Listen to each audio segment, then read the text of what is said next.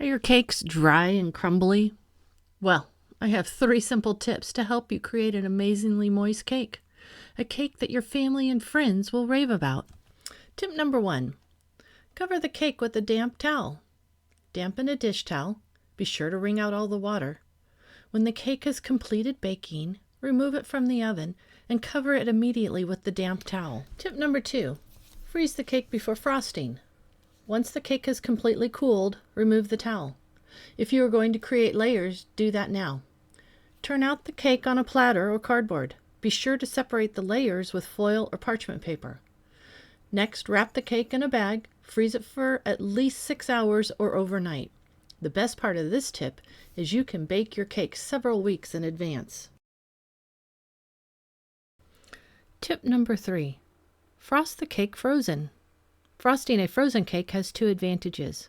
Number 1, it's easier to frost a frozen cake, and the cake crumbles will be greatly minimized. And number 2, frosting a frozen cake will trap the moisture in the cake as it begins to defrost. I hope these tips are helpful and that your next cake will be the best cake you have ever made. If you like this video, please hit the subscribe button. Thanks for watching.